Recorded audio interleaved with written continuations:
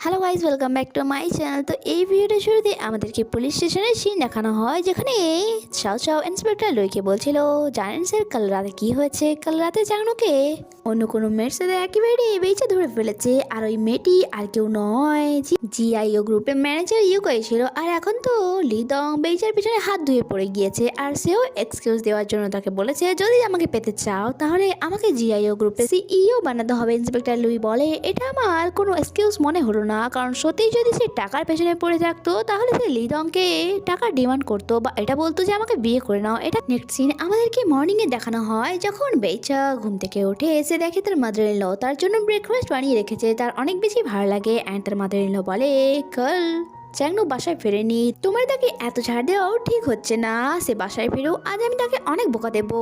যখন কি বেচা ইমোশনাল হয়ে বলে, জানেন মা, আমি একটা সময় ছিল যখন আমি হায়নাদের মাঝে ছিলাম যারা আমাকে ছিঁড়ে খেয়ে নিতে চাইছিল, আর যে কোনো ভাবে আমি ওই জায়গা থেকে বেরিয়ে আসি, তারপর এক পার্সনকে পাই। বাট এখন আমার রিগ্রেট ফিল হচ্ছে এটা ভেবে যে সব মানুষই এক হয়। তার এমন ইমোশনাল কথা শুনে মম বলে, তুমি এমন কথা কেন বলছো?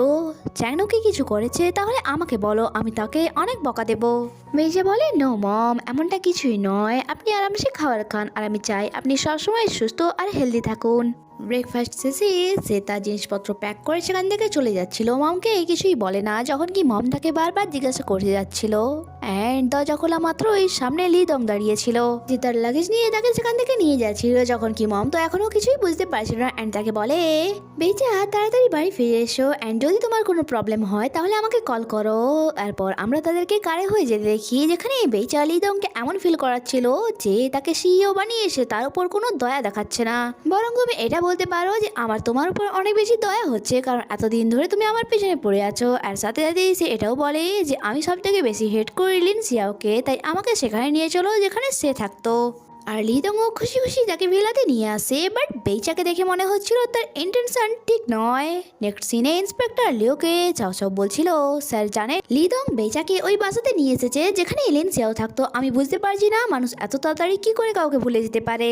যখন কি ইন্সপেক্টর লিওর সন্দেহ বেড়েই যাচ্ছিল। এরপর রাতে যখন চ্যাংনু বাসায় ফিরে, সেখানে মম সোফাতে চিন্তিত হয়ে বসেছিল, আর তাকে দেখা মাত্রই তাকে বকা দেওয়া শুরু করে যে তুমি বেচার সাথে কি করেছো যে সে আজ এত ইমোশনাল কথা বলছিল। সে তোমার সন্তানের মা হতে চলেছিল, তারপরেও তার মিসক্যারেজ হলো। কি করেছো তুমি তার সাথে যে সে আজ বাসার থেকে চলে গেল? অ্যান্ড তাকে মারতে শুরু করে। যখন কি চ্যাংনু চুপচাপ এই সব কিছু শুনে যাচ্ছিল। চ্যাংনু বলে, মম বেচার কখনো ফিরে আসবে না। অন্যদিকে ইন্সপেক্টর লিও বেচা অ্যান্ড লিন শেয়ারের ফটো অনেক মনোযোগ সহকারে দেখছিল, যেমন কি তার কিছু সন্দেহ হয়ে গিয়েছে। আর এদিকে চ্যাংনু আসল সত্যটা তার মমকে বলে যে বেচার কখনোই ফিরে আসবে না। বেচা তো ওই দিনই মরে গিয়েছিল যখন সে পাহাড় থেকে নিচে পড়ে গিয়েছিল। আর আপনি যাকে বেচা ভাবছেন সে বেচা নয়, বরং লিনসিয়াও। মম বলে, কে লিনসিয়াও? আর এখানে চ্যাংনু মমকে কাম ডাউন করে সত্যটা বলছিল। আর ফ্ল্যাশব্যাক দ্বারা আমরা দেখি যে কিভাবে সে লিনসিয়াওয়ের ফেস সার্জারি করে বেচাতে পরিবর্তন করে দিয়েছিল। আর সেটাও বলে অ্যাকচুয়ালি সে লিদংয়ের থেকে বদলা নিতে চায়, আর তার জন্যই আমি আমার ভালোবাসা আর আমার সন্তানকে হারিয়েছি। যা শুনে তো মম বলে, তুমি আমাকে কথা দাও যে লিদংকে তার পাপের শাস্তি তুমি দেবে, লিনসিয়াওয়ের সাথ দেবে তুমি। নেক্সট সিনে আমরা লিনসিয়াওকে দেখি যে আয়নার সামনে বসে এটাই ভাবছিল যে লিদং, তুমি আমার থেকে সবকিছু ছিনিয়ে নিয়েছো, ইভেন তো আমার পরিচয়টাও। ফ্ল্যাশব্যাক দ্বারা আমরা জানতে পারি যখন চ্যাংনু তাকে বাঁচিয়েছিল সে তার কাছে একটি শর্ত রেখেছিল যে আমি তোমার হেল্প করতে পারি, বাট আমার একটা শর্ত আছে যে তুমি বেচার ফেস নিয়ে আবারও ওই বাসাতে ফিরে যাবে আর আমার প্ল্যান ফলো করবে। যখন কি লিনসিয়াও তাকে জিজ্ঞাসা করে, যদি তুমি সব কিছু আগে থেকেই জানতে তাহলে পুলিশকে কেন বলনি? সে আমার ড্যাডকেও মেরে ফেলেছে। চ্যাংনু বলে, যখন আমি জানতে পারি তখন তোমার ড্যাডের মৃত্যু অলরেডি হয়ে গিয়েছিল, আর আমি তোমারও হেল্প করতে চাইছিলাম বাট তা পারিনি। আর যদি আমি পুলিশের কাছে যেতাম তাহলে তুমি ভালো করে জানো আইনে মৃত্যুর শাস্তি মৃত্যু হয় না। যখন কি আমি নিজের হাতে লিদংকে মারতে চাই। প্রেজেন্ট টাইমে লিদংয়ের কল আসে বেজার কাছে, যে তাকে জানায়, তোমাকে সিইও বানানোর সমস্ত অ্যারেঞ্জমেন্ট আমি করে নিয়েছি, আর কালকের মিটিংয়ে আমি তা অ্যানাউন্স করতে চলেছি, আর এখন আমি তোমার কাছে আসছি। বেশে বলে, তাড়াতাড়ি এসো, নয়তো আমার অন্য কোথাও যাওয়ার আছে, এটা বলে কল কাট করে দেয়। যখন কি লিদং ভাবছিল তুমি আমাকে এত রেজিস্ট কেন করো, বাট তাও জানি না কেন আমার মন ভরে না। যখন কি তার কাছে বসা ইউকাই বলে সব মেয়েরা এমনটাই হয়, যখন সে বুঝতে পেরে যায় যে কেউ তাকে কতটা বেশি ভালোবাসে তখন তার বাহানা শেষই হয় না। বাট আমি তো শুধুমাত্র আপনার। যখন কি সে তাকে ধরে বলে তুমি কি তোমার পারফিউম চেঞ্জ করেছো, সে বলে ইয়েস, আর মনে মনে ভাবে এটা স্পেশালি চ্যাংনু তোমার জন্য বানিয়েছে, তাই এনজয় করো। এরপর সে যখন বাসায় গিয়ে বেচার রুমে যায়, সেখানে তার ফেসের জায়গায় সে লিনসিয়ার ফেস দেখে, আর যা দেখে অনেক বেশি ঘাবড়ে যায়। লিনসিয়া বলে তুমি এমন কেন করছো, তোমার জন্য আমিও ভয় পেয়ে গেলাম, আর এত রাতে তুমি আমার রুমে বা কি করছো। সে বলে আমি তোমাকে দেখতে এসেছিলাম, বাট আমার এমন মনে হয়েছিল যেন এখানে লিনসিয়া শুয়ে আছে।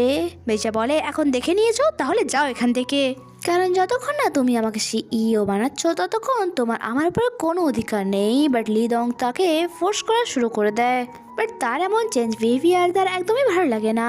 আর শেষমেশ সেই বলে ঠিক আছে তুমি এখন ঘুমিয়ে যাও, সকালে মিটিং এর জন্য আমি তোমাকে আমার সাথে নিয়ে যাব।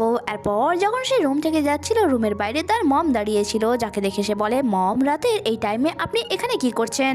মম তাকে তার সাথে যেতে বলে। এদিকে রুমে লিনসিয়াও একটি পারফিউম দেখছিল যা চ্যাংনু বানিয়েছিল তার জন্য, আর যার দ্বারা লিদং এর হ্যালুসিনেশন হবে অ্যান্ড সে তার ভয়ের উপর কন্ট্রোল করতে পারবে না। এদিকে মম লিদং এর কথা শোনাচ্ছিল যে এখন তো তুমি যে কোনো মেয়েকে পেয়ে যেতে পারো, তাহলে ওই মেয়েটির পেছনে কেন পড়ে আছো। লিদং বলে মম বেচার ডিফারেন্ট, যে কেউ আমার হয়ে যেতে পারে, বাট সে আমার হওয়ার জন্য রাজি হচ্ছে না। বাট যখন কি আমি শুধুমাত্র তাকেই চাই। নেক্সট ডে বেচা যখন অফিসে যায়, সেখানে ইন্সপেক্টর লিউ ইচ্ছে করেই তাকে লিনসিয়া বলে ডাকে যে কোম্পানিতে ফিরে আসার জন্য অনেক অনেক কংগ্রাচুলেশন। বাট যখন লিনসিয়া ঘুরে তাকায়, সে বলে ও সরি তুমি তো বেচা।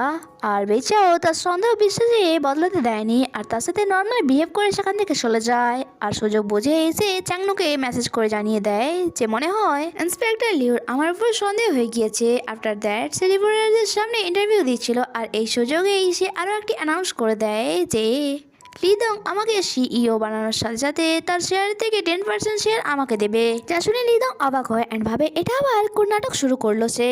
আর মিডিয়াকে যে কোনোভাবে সামলে সে বেইজাকে সাইডে নিয়ে যায়।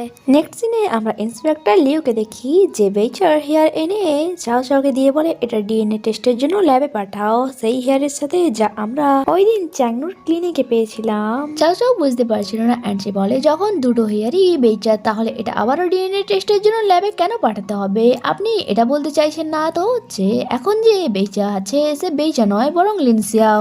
অন্যদিকে লিদং বেইচাকে নিজের অফিসে এনে কথা শোনাচ্ছিল যে তুমি এইসব কি বলছো, তুমি আসলে চাওটা কি, তুমি তাদের সামনে একটু চুপ থাকতে পারলে না। বেইচা বলে কি হলো, তোমার কি ভয় করছে এটা ভেবে যে তোমার সবকিছু আমি আমার নামে করে নেবো, ঠিক তেমনই যেমনটা তুমি লিনসিয়ার সাথে করেছো। লিদাও তাকে বোঝানোর চেষ্টা করে যে এমন কিছুই নয়, আসলে আমি যদি তোমাকে শেয়ার দিয়ে দেই তাহলে এই কোম্পানির সব থেকে বড় শেয়ার হোল্ডার আমি আর থাকবো না, আর নাই আমার হাতে এই কোম্পানি কোনো ডিসিশন নেওয়ার অধিকার থাকবে। বেচা পরে তাতে আমার কিছু যায় আসে না, সেই জন্যই আমি নাই এখন সিইও হতে চাই আর নাই তোমার শেয়ার নিতে চাই, আমি এখান থেকে চলে যাচ্ছি। লিদং তাকে আটকে বলে তুমি এত জেদ কেন করছো, তুমি ভালো করে জানো আমি এখন যে কোনো মেয়েকে পেয়ে যাবো। বেইচা বলে ওটাই তো, তুমি যে কোনো মেয়েকে পাবে বাট আমাকে নয়। লিদং তাকে আটকে বলে ঠিক আছে তোমার কথায় আমি তোমাকে 10% শেয়ার দেওয়ার জন্য রাজি আছি।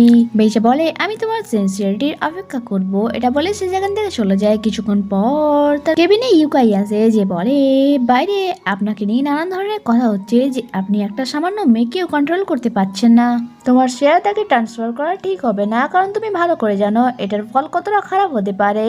আর লিদং যে আগে থেকে অনেক বেশি রেখেছিল সেই ইউকাইয়ের গলা চেপে ধরে বলে তোমরা সব মেয়েরা মিলে আমাকে কন্ট্রোল করতে চাইছো, কি ভাবো কি তোমরা নিজেকে, আর যদি আমি আমার সমস্ত শেয়ার তাকে ট্রান্সফার করে দেই তাও সে আমার কিচ্ছু করতে পারবে না। যদি লিনসিয়ার মতো এক চালাক মেয়েকে আমি বকা বানাতে পারি তাহলে সে এমন কি জিনিস, তাই আমার সামনে এসব ফালতু কথা না বলে তাড়াতাড়ি যাও আর শেয়ার ট্রান্সফার করার সমস্ত ডকুমেন্টস রেডি করো। আর লিদং এর ইন্টেনশন ঠিক মনে হচ্ছিল না। নেক্সট সিনে আমরা লিনসিয়াওকে দেখি যে চ্যাংনুকে কল করে বলছিল মনে হয় ইন্সপেক্টর লুইয়ের আমাদের উপর সন্দেহ হয়ে গিয়েছে।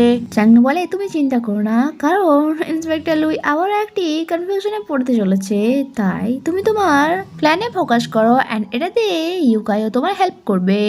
বেইচা বলে ইউকাই আমার হেল্প কেন করতে যাবে, সে তো লিদং এর সাথে মিলে আছে।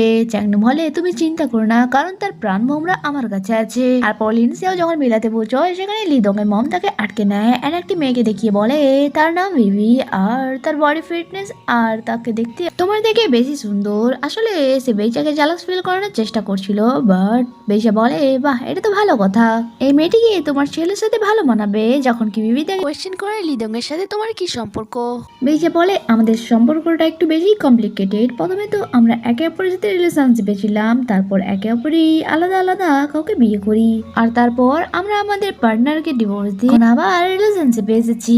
বাট ডোন্ট ওয়ারি, তুমি এটা নিয়ে চিন্তা করো না, তোমাকে এই লিদং বিয়ে করলে তাতে আমার কিছুই যায় আসে না। আর কথা বলতে বলতেই সে লিদং এর মমকে কথা শুনিয়ে বলে তুমি তোমার বংশের ট্র্যাডিশনের কথা বলো, যখন কি তুমি নিজের বাসা ছেড়ে তোমার ডটার বাসায় পড়ে আছো। আর তখন লিদং এর কল আসে অ্যান্ড সে নাটক করে বলে দেখো তোমার মম অন্য কোনো একটি মেয়েকে নিয়ে এসছে তোমার সাথে বিয়ে দেওয়ার জন্য, আর আমাকে এখান থেকে চলে যেতে বলছে। আর তার মমকে থাপ্পড় মারে, বাট সে ফোনে নাটক এমন করছিল যেমন কি লিদং এর মম তাকে থাপ্পড় মারছিল আর কল কাট করে দেয়। যখন কি লিদং তো রেগে ফায়ার হয়ে গিয়েছিল যে মম কখনোই আমার কথা শোনে না আর সবসময় নিজের হুকুম চালাবে। আর এদিকে লিদং এর মম তাকে বলছিল তুমি অনেক বেশি চালা। বাট দেখা যাক কে জিতে। বেইচা বলে হ্যাঁ এটা আমারও জানার ইচ্ছা যে লিদং কার কথা শুনে।